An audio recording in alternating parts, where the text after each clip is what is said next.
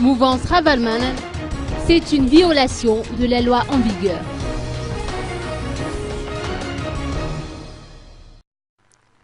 La mouvance Ravalmanan estime que les résolutions ressorties du conclave du CCIDIVAT ne sont pas consensuelles. Par la même occasion, elle a tenu à dénoncer une violation flagrante des dispositions légales en vigueur. Une conférence de presse a été donnée à cet effet à Faravouj. La mouvance Ravalmanan en a profité pour manifester son avis par rapport aux affaires nationales. Écoutons plutôt les explications de Mme Rakouterville, porte-parole de ce groupement politique. Nous avons accepté déjà de participer à ce conclave parce que la mouvance Ravalmanan a toujours fait preuve de bonne foi et de bonne volonté pour participer à toutes les réunions, que ce soit à Madagascar ou à l'extérieur, visant à faire sortir le pays de la crise dans laquelle il se trouve depuis maintenant plus de 4 ans. Nous n'avons pas signé la convention qui a été établie hier à IVAT et nous n'avons pas été la seule mouvance à ne pas le faire, puisque la mouvance ZAF et la mouvance Ratsireka non plus n'ont pas signé la feuille de route. Je tiens à signaler ici et à mettre l'accent sur le fait que, selon la feuille de route, toutes les décisions concernant les réunions des signataires de la feuille de route doivent être consensuelles et inclusives. Or, ce n'était pas le cas hier, donc c'était contraire à l'esprit de la feuille de route, puisque 2 signataires sur 10 n'ont pas signé la convention d'hier. Nous ne l'avons pas signée tout simplement parce que dans cette convention, on demandait, sans entrer dans les détails et les secrets des délibérations, dans cette convention, on demandait tout simplement à la CES de revoir sa copie, c'est-à-dire son avis, sa décision du 3 mai 2013 relative à la liste des candidats aux élections présidentielles. Nous disons que la décision de la CES, et c'est elle-même qui l'a indiqué dans cette décision, sa décision est irrévocable et non susceptible de recours. Donc demander à la CES de réviser sa copie et de revoir sa décision est illégal.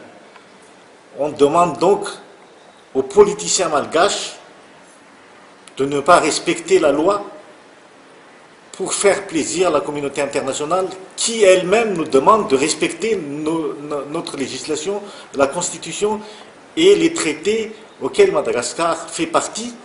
Donc, pour nous, ce n'est pas concevable. Nous demandons à la communauté internationale, sans vouloir dire que nous n'avons pas besoin de la communauté internationale. Nous avons besoin de la communauté internationale. Nous voulons respecter la communauté internationale, mais qu'elle respecte aussi la volonté du peuple malgache qui est seul souverain dans le choix de ses dirigeants. Quand la liste des candidats a été établie le 3 mai 2013, M. Chissano, médiateur en chef de la SADC, qui était ici à Madagascar, il a dit que la décision de la CES était regrettable, mais qu'on ne pouvait pas s'y opposer. Une semaine après, seulement, la communauté internationale s'est manifestée en commençant à demander le retrait de 3 candidats. Qu'est-ce qui s'est passé pendant cette semaine-là? Nous ne le savons pas, mais en tout cas, nous pensons qu'il y a eu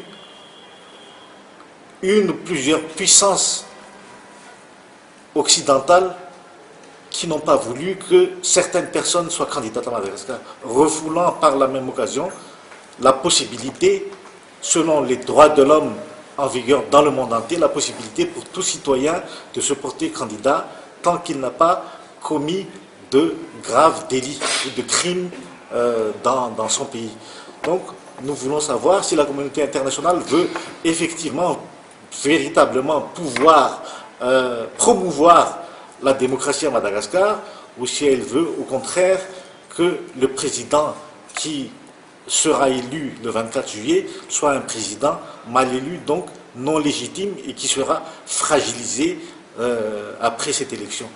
Donc c'est pour ces différentes raisons que nous avons dit non à la convention qui a été signée hier et que nous n'allons pas apposer notre signature là-dessus.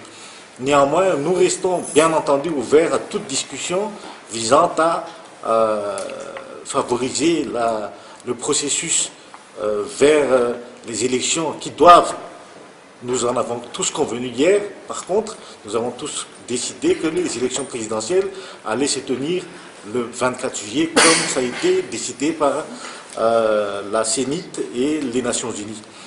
Et nous voudrions également signifier par la même occasion que, à notre avis, la candidature de Mme Lalor Avalman remplit toutes les conditions requises par la législation en vigueur, qu'elle soit nationale ou internationale.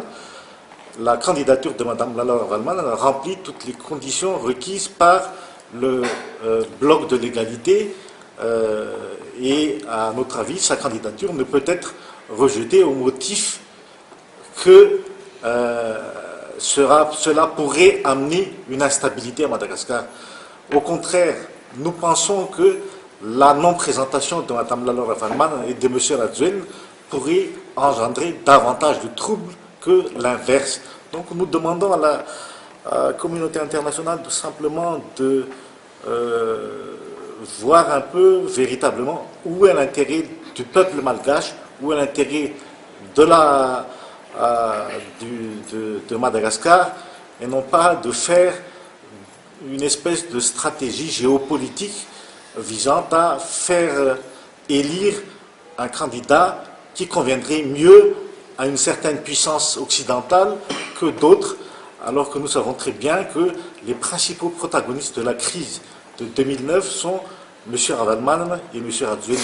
Donc il nous paraît logique et il nous paraît tout à fait légitime que ces deux belligérants soient présents dans